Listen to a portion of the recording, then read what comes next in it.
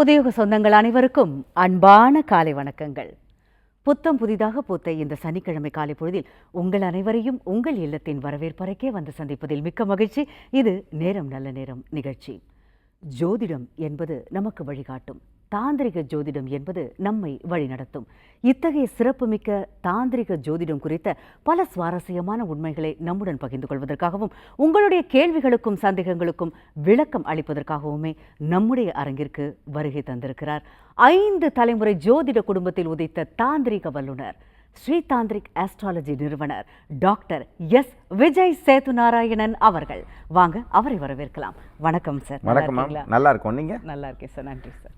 ஓம் குண்டலி புரவாசினி சண்டமுண்ட விநாசினி பண்டிதஸ்ய மனோன்மணி வாராகி நமோஸ்துதே அஷ்டலக்ஷ்மி ஸ்வரூபிணி அஷ்டதாரித்ரியநாசினி இஷ்டகாமப்பிரதாயினி வாராகி நமோஸ்துதே. இந்த அழகான வாய்ப்பளித்த புதியுகம் தொலைக்காட்சிக்கும் நமது சனிக்கிழமை நிகழ்ச்சியை கண்டுகளிக்கும் அத்துணை ஆன்மீக நெஞ்சங்களுக்கும் என் சிறந்தாழ்ந்த வணக்கத்தை உரித்தாக்கி மகிழ்கிறேன். ஓம் சிவசிவவோம். வணக்கம் சார். அதாவது எங்களுக்கு பிரச்சனைகள் அப்படின்னு பார்க்க போனால் சார், எல்லா இடத்துலையுமே பிரச்சனைகள் இருக்குது. வீட்டுக்குள்ளே பிரச்சனை, வெளியில் போனால் பிரச்சனை, தெருவில் பிரச்சனை, ரோட்டில் பிரச்சனை, உறவுகளில் பிரச்சனை, இந்த மாதிரி பல பிரச்சனைகளில் நாங்கள் அன்றாடம் சந்திக்க வேண்டியதாக இருக்குது. இவ்வளவு பிரச்சனைகளையும் சமாளிக்கணும்னா நாங்கள் போய் ஜாதகம்லாம் பார்க்குறோம் தான், இருந்தாலும் எங்களுக்கு வழிபாடுகள், பரிகாரங்கள் அப்படின்லாம் சொல்கிறாங்க சார். அதெல்லாம் நாங்கள் பண்ணுறோம். ஆனால் எந்த வழிபாடுகள் பண்ணால் நல்லதா, அதாவது நம்ம பரிகாரங்கள் பண்ணால் நல்லதா, எதை பண்ணால் எங்களுக்கு சீக்கிரம் ரிசல்ட் வரும், எங்களுக்கு நல்லது நடக்கும் சார்? முதல்ல நான் உங்களுக்கு பணிவாக நம்மளோட சனிக்கிழமை நேயர்களுக்கு சொல்கிறது என்னென்னா, ரொம்ப வருஷமாக இதுதான் சொல்கிறோம். ஃபஸ்ட்டு ஒரு விஷயத்தை நீங்கள் பார்க்கக்கூடிய அணுகுமுறைனா, காலையில் எழுந்திரிக்கிறேன் பிரச்சனை, மத்தியானம் பிரச்சனை, நைட்டு பிரச்சனை, இப்படி நினச்சாலே நீங்கள் உங்கள் மைண்ட் செட்டே அந்த மைண்ட் செட்டில் இருந்தால் அது எல்லாமே பிரச்சனையாகவே தான் தெரியும். இது இதுக்கும் ஜோதிடத்துக்கும் சம்மந்தமே கிடையாது. நீங்கள் அதை புரிஞ்சுக்கணும். இது நம்ம ப்ராக்டிக்கலாக நம்மளோட மைண்ட் செட் லெவலில் இருக்கக்கூடிய அமைப்பு. அப்போது இது நீங்கள் அப்படி பார்க்காதீங்க. நான் என்ன சொல்கிறேன் அப்படின்னா, நம்ம போகும்போது எதையுமே கொண்டு போகிறதில்ல, வரும்போது எதையுமே கொண்டு வர போகிறதில்ல. அது உங்களுக்கு அந்த கிரகங்களும் சரி, அந்த காலமும் சரி, கால புருஷனும் சரி ஒரு விஷயத்தை கொடுக்குறாங்கன்னா உறுதியாக நம்புங்க. அதில் நீங்கள் ஏதாவது ஒரு படிப்பனை எடுத்திருப்பீங்க, இல்லைனா அதில் ஒரு வெற்றி எடுத்திருப்பீங்கன்றதில் முதல்ல நீங்கள் அதை நம்பணும். ஏன்னா எத்தனையோ பேர் 100 வருஷத்துக்கு ஒரு தடவை வரக்கூடிய இடரான அந்த மாதிரி நோய்கள் இந்த மாதிரி வரும்போது, இந்த கொரோனா காலத்தில் 2020லேருந்து 2021 எவ்வளோ பேர் கொத்தாக இறந்தாங்க. பட் நம்மளாம் இன்றைக்கும் வாழ்கிறோம்ல. அப்போ ஏதோ ஒரு விஷயத்துக்காக தானே இறைவன் நம்மளை வச்சுருக்காரு அப்படிங்கிற தன்னம்பிக்கையோடு நம்ம முதல்ல இருக்கணும். அதான் நம்ம ஃபஸ்ட்டு ஆழமாக புரிஞ்சுக்கணும். அதனால் இது பிரச்சனை, அது பிரச்சனை, ரோட்டுக்கு போனால் பிரச்சனை, வீட்டுக்கு போனால் அந்த மைண்ட் செட்டில் நீங்கள் யாரும் இருக்காதீங்க. தயவு செஞ்சு நம்மளை ஃபாலோ பண்ணுறவங்க அப்படி இருக்காதீங்க. Point number 2. ரெண்டாவது விஷயம் என்னென்னா, வழிபாடுங்கிறது வேறங்க, பரிகாரம்ங்கிறது வேறு. சரியா? வழிபாடுன்றது எப்படின்னா, நம்ம என்ன புரிஞ்சுக்கணும்னா, நம்ம உயர்வான சனாதன தர்மம்னு சொன்னால் ஹிந்து தர்மம் அப்படிங்கும்போது எல்லாத்தையுமே ஏற்றுக்கக்கூடியது தான் சனாதன தர்மம். அது ஏதோ ஒரே ஒரு இதை மட்டும் குறிக்கக்கூடிய விஷயம் அல்ல. எல்லாரையும் சமமாக நினைப்பதே சனாதன தர்மம். அப்படிங்கும்போது அந்த தர்மத்தில் என்ன சொல்லப்படுது, உயர்வான ஹிந்து தர்மத்தில் என்ன சொல்லப்படுது அப்படின்னு பார்த்தீங்கன்னா, வழிபாடுகள்ன்றது எப்படி நம்ம மூச்சு விடுறோமோ, ஏதோ ஒரு விஷயத்தை நம்ம நம்புகிறோம். எந்த விஷயத்தை நம்புகிறோம், அது நம்ம குலதெய்வமாக இருக்கலாம், அதே மாதிரி நம்மளோட இஷ்ட தெய்வங்களாக இருக்கலாம், நம்ம மூதாதையர்களாக இருக்கலாம். நல்லா புரிஞ்சுக்கணும். கல் தோன்றி மண் தோன்றா காலத்தே முன் தோன்றிய மூத்த குடியாம் நாம் தமிழ் குடி. அப்போ நம்ம தமிழ் குடியில் பக்தி மார்க்கத்தில் தான் மிகப்பெரிய அரசர்களும் இவங்களும் இருந்தாங்க. அதுக்கு எத்தனையோ உதாரணங்கள் சொல்லலாம். நம்ம ராஜராஜ சோழனை சொல்லலாம், ராஜேந்திர சோழனை சொல்லலாம். அப்போ அந்த இடத்துல கோயில் கட்டினது மனுஷனை வச்சு கோயில் கட்டலை. அதை புரிஞ்சுக்கணும். நிறைய பேர் புரிஞ்சுக்கணும் இதை பார்த்து. அப்படிங்கும்போது சுவாமியை உள்ளே வச்சு தான் பண்ணாங்க. அப்போ அதை என்ன நம்ம புரிஞ்சுக்கணும், அப்போ உங்களுடைய பக்தியை தினசரி அன்றாடமாக நம்ம வழிபாடுகளாக செய்யும்போது, அது உங்களோட மூதாதையர் சொல்லி கொடுத்த வழிபாடாக இருக்கலாம், இல்லை உங்கள் அம்மா அப்பா சொல்லி கொடுத்த வழிபாடுகளாக இருக்கலாம். இதெல்லாம் நித்தியப்படினா நம்ம அன்றாட வாழ்க்கையில் செய்ய வேண்டிய கடமையாக நினச்சிக்கணும். இதுக்கு போய் எனக்கு சாமி இதை கொடு அதை கொடு அதெல்லாம் வேண்டாம். வேண்டுதல் வேண்டாமை இலானடி சேர்ந்தாருக்கு யாண்டும் விடும்பையில். அப்போ நம்ம சுவாமியை நித்தியப்படி வழிபடுவதன் மூலமாக அன்னன்னைக்கு இருக்கக்கூடிய விஷயங்கள்லேயே உங்களுக்கு ஒரு மிகப்பெரிய சக்தி வரும். இதில் காளியாக இருக்கலாம், துர்க்கையாக இருக்கலாம், பெருமாளாக இருக்கலாம், பிள்ளையாராக இருக்கலாம். பட் நீங்கள் எந்த அளவுக்கு அவங்கள நீங்கள் நம்புகிறீங்களோ அது கண்டிப்பாக அதை மாற்றத்தை கொடுக்கும். அப்போது இதில் நீங்கள் என்ன புரிஞ்சுக்கணும், எதுக்கெடுத்தாலும் பரிகாரம் பண்ணணுமா? தயவு செஞ்சு புரிஞ்சுக்கோங்க. எதுக்கெடுத்தாலும் பரிகாரம் பண்ணால் பரிகாரம் பண்ணிகிட்டே இருக்க வேண்டியதான். அப்படி இல்லை. வழிபாடு செய்ய வேண்டியதுக்கு வழிபாடு தான் செய்யணும். பரிகாரம் என்பது கிரகங்கள் சம்பந்தப்பட்டது. அந்த இடத்துல பிரச்சனைகள் இருந்தால் தான் பரிகாரங்கள் செய்யணுமே ஒழிஞ்சு, பிரச்சனை இல்லாமல் இருக்குது, இல்லை அதில் மாற்றவே முடியாது, விதியை மதியால் வெல்லலாம், அதற்கும் விதி இருந்தால்தான். அப்போ பரிகாரத்துக்கு அதுக்கு வாய்ப்பே இல்லை, அந்த விதியை அனுபவித்து தான் ஆகணும் அப்படின்னா அந்த சுவாமியால் மட்டும்தான் அந்த இடத்துல காப்பாற்ற முடியும். அந்த இடத்துலையும் பார்த்திங்கன்னா வழிபாடே பரிகாரங்களாக மாறிடுதுங்கிறது தான் யதார்த்த உண்மை. அருமையான விளக்கம் ஐயா. ஒரு நேர்கிட்ட பேசலாம். வணக்கம், நேரம் நல்ல நேரம். யார் பேசுறீங்க? வணக்கம், இணைப்புல தான் இருக்கீங்க. யாருக்காக சார் கேட்க போறீங்க? யாருக்காக கேட்க போறீங்க? என்னுடைய இடத்துக்காண்டி தான் கேட்க போறேன். கண்டிப்பா கண்டிப்பா. உங்களுடைய ராசி, நட்சத்திரம், லக்னம், வயதெல்லாம் சொல்லிடுங்க சார்.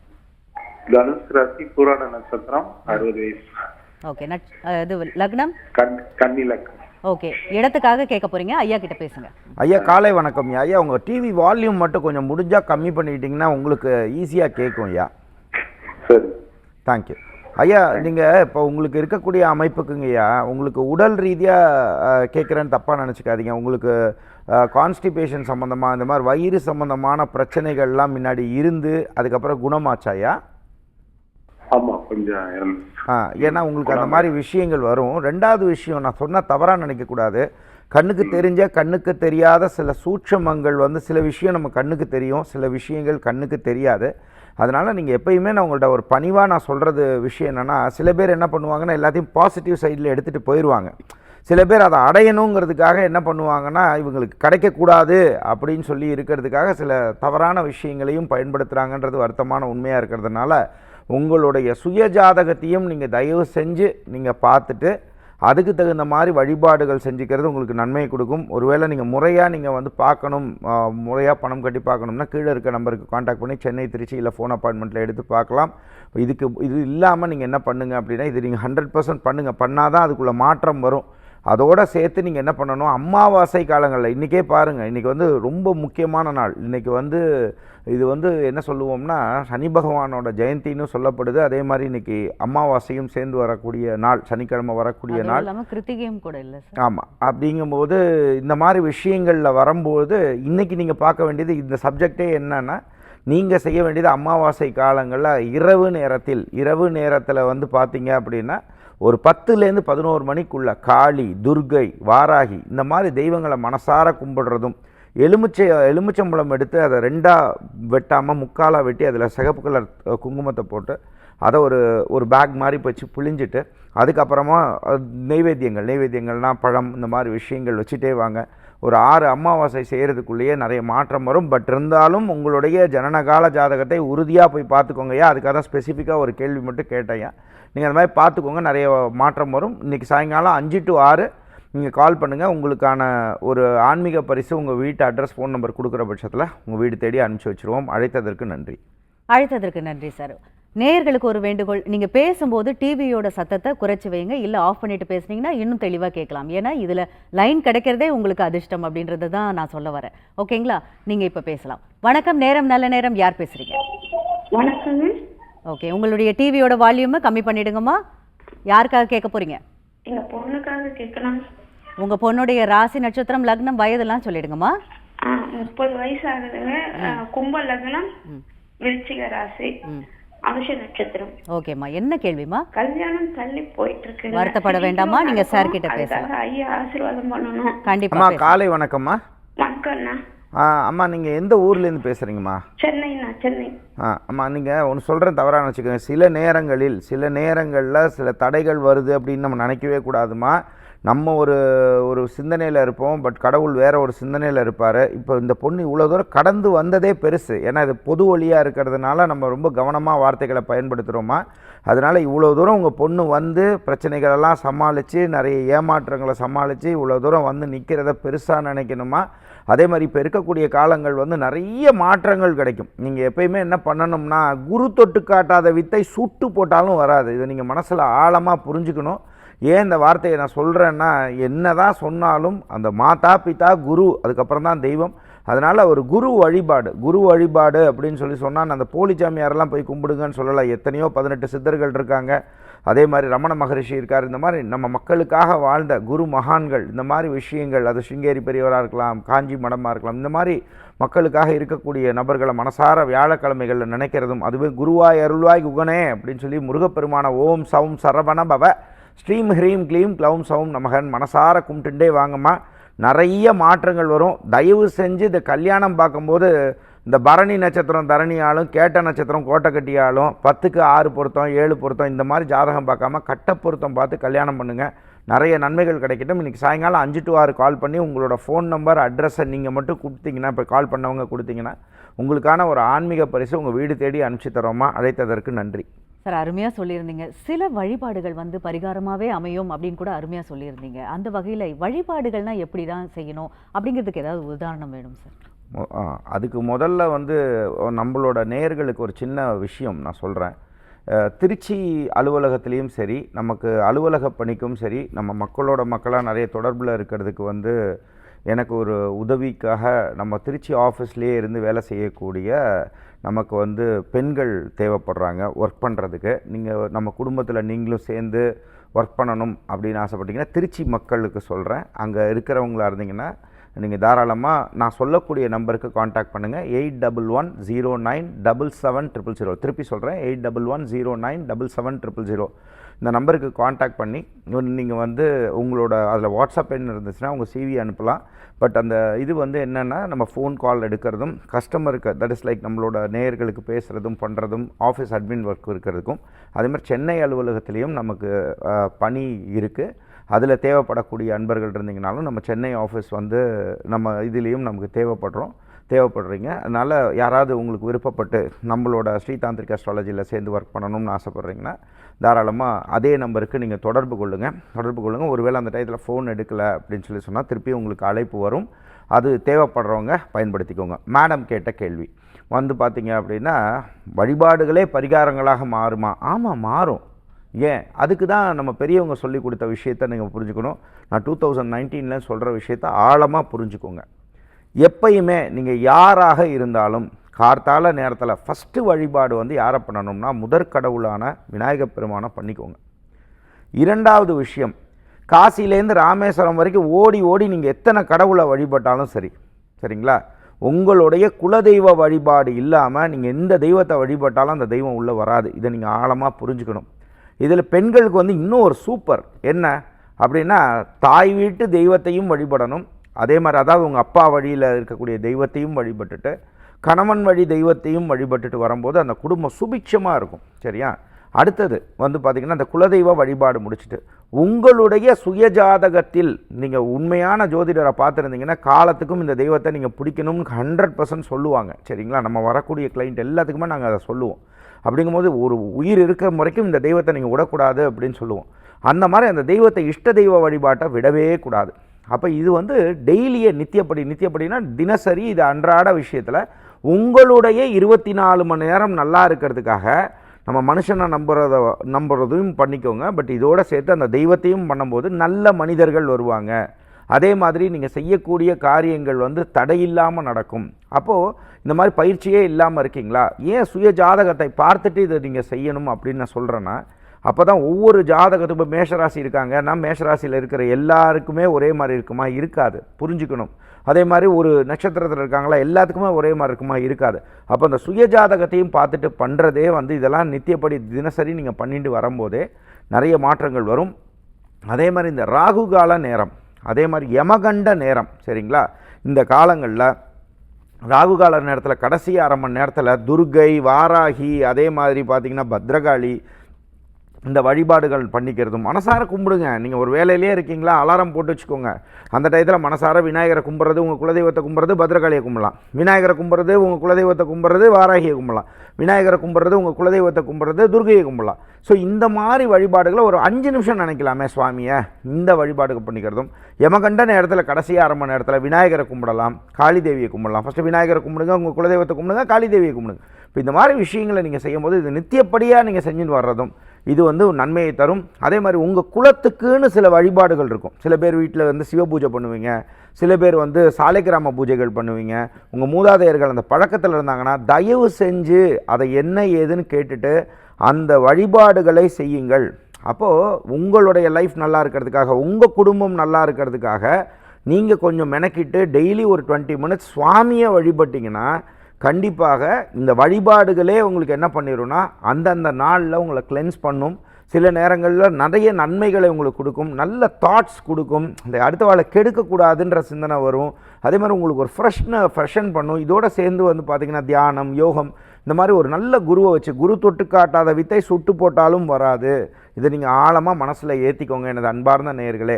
இந்த மாதிரி விஷயங்களை நீங்கள் தெரிஞ்சுட்டு தியானம், யோகம், இந்த மாதிரி பயிற்சிகள்லாம் நீங்கள் பண்ணும்போது, மூச்சு பயிற்சிகள் பண்ணுறது, பிராணாயாமம் பண்ணுறது, இந்த மாதிரி விஷயங்கள்லாம் பண்ணும்போது உங்களுக்கு ஹெல்த்தும் நல்லாயிருக்கும், உங்களோட உடலும் நல்லாயிருக்கும், உங்கள் ஞானமும் நல்லாயிருக்கும். இந்த மாதிரி விஷயங்கள் இருக்கும்போது எந்த ஒரு சக்தியாலும், வெளியிலேருந்து வரக்கூடிய சக்தினாலையும் உங்களை அசைச்செல்லாம் பார்க்கக்கூட முடியாது. நீங்கள் பாட்டுக்கு உங்கள் வேலையை பார்த்துட்டு போய்கிட்டே இருப்பீங்க.